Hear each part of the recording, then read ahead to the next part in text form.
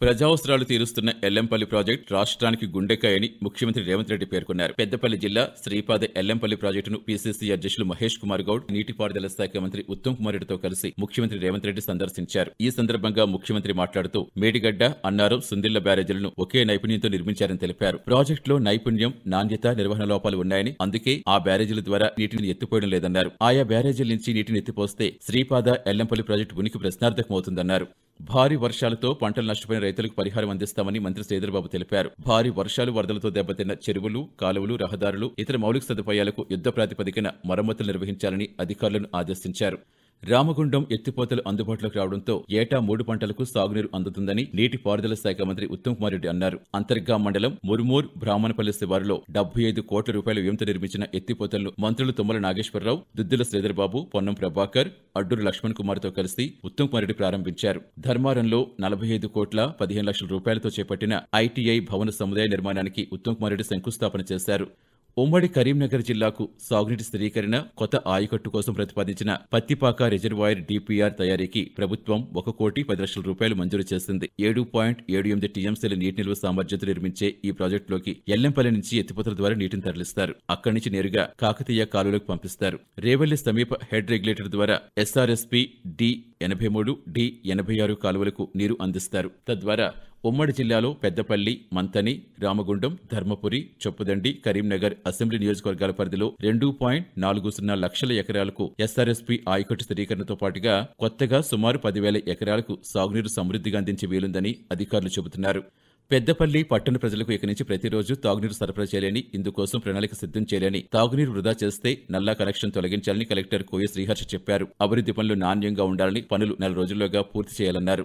ప్రముఖ పుణ్యక్షేత్రం ఓదెల మల్లికార్జున స్వామి ఆలయ అభివృద్ధి కృషి చేస్తానని మంత్రి అడ్డూరు లక్ష్మణ్ కుమార్ హామీ ఇచ్చారు. ఎన్టీపీసీ, రామగుండం, ఆర్ఎఫ్సీఎల్ సంస్థల సహకారంతో ఆలయంలో గెస్ట్ హౌస్లు లేదా అదనపు వసతి గదులు నిర్మిస్తామన్నారు.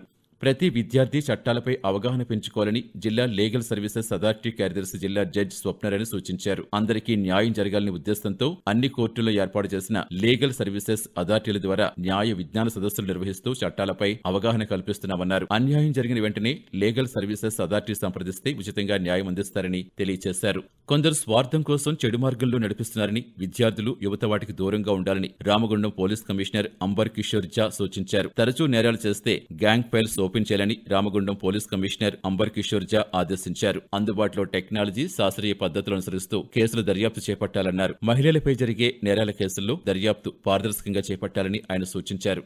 ప్రతి భూ సమస్యల పరిష్కారానికి కలెక్టర్ కార్యాలయానికి రావద్దని, ఆర్డీఓ స్థాయిలోనే పలు రకాల సమస్యలు పరిష్కరించడం జరుగుతుందని జిల్లా కలెక్టర్ కోయ శ్రీహర్ష సూచించారు. భూ సమస్యలున్నవారు తమ కార్యాలయం వరకు వచ్చి వ్యయ ప్రయాసాలకు లోను కావద్దన్నారు. మార్కెట్ విలువ 5 లక్షల రూపాయల కంటే తక్కువ ఉన్న మిస్సింగ్ సర్వే నెంబర్ సమస్యలు ఆర్డీఓ స్థాయిలో పరిష్కరించుకోవచ్చని చెప్పారు. భూ విస్తీర్ణ సవరణ, పట్టాదారు పాస్ పుస్తకం, డిజిటల్ సైన్, పట్టాదారు పాస్ పుస్తకంలో పేరు సవరణ, పెండింగ్ మ్యూటేషన్, పెండింగ్ సక్సెషన్, నాలా, కోర్టు, పీపీబీ, నాలా నుంచి వ్యవసాయ భూమిగా మార్చుకునేందుకు ఆర్డీఓలకే అధికారం ఉందని వివరించారు. గట్టు వామన్రావు దంపతుల హత్య కేసుపై సుప్రీంకోర్టు కీలక ఆదేశాలు జారీ చేసింది. ఈ కేసును సీబీఐకి అప్పగించాలని తెలంగాణ ప్రభుత్వాన్ని ఆదేశించింది. ఈ క్రమంలో హత్య కేసు తిరిగి విచారణ జరపాలని, పిటిషనర్కు భద్రత కల్పించాలని సుప్రీంకోర్టు సీబీఐకి సూచించింది.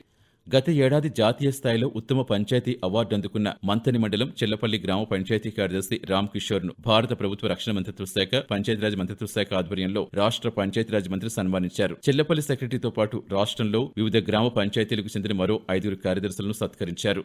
పెద్దపల్లి జిల్లా పంచాయతీ అధికారి వీరబుచ్చయ్య ఆగస్టు 15వ తేదీన న్యూఢిల్లీలో ఎర్రకోట వద్ద జరిగిన స్వాతంత్ర్య వేడుకలకు ప్రత్యేక ఆహ్వానితులుగా హాజరయ్యారు. పెద్దపల్లి జిల్లా ఎలిగేడు మండలం సుల్తాన్పూర్ గ్రామానికి చెందిన తానిపర్తి చికిత చరిత్ర సృష్టించింది. కెనడాలో జరిగిన ప్రపంచ యూత్ ఆర్చరీ ఛాంపియన్షిప్ పోటీల్లో విజేతగా నిలిచింది. ఈ ఘనత సాధించిన తొలి భారత క్రీడాకారిణిగా రికార్డు నెలకొల్పింది. అండర్-21 మహిళల కాంపౌండ్ వ్యక్తిగత విభాగంలో చికిత విశ్వ విజేతగా అవతరించింది. ఫైనల్లో చికిత 142, 136 పాయింట్ల తేడాతో దక్షిణ కొరియాకు చెందిన ఎరిన్ పార్క్ పై విజయం సాధించింది.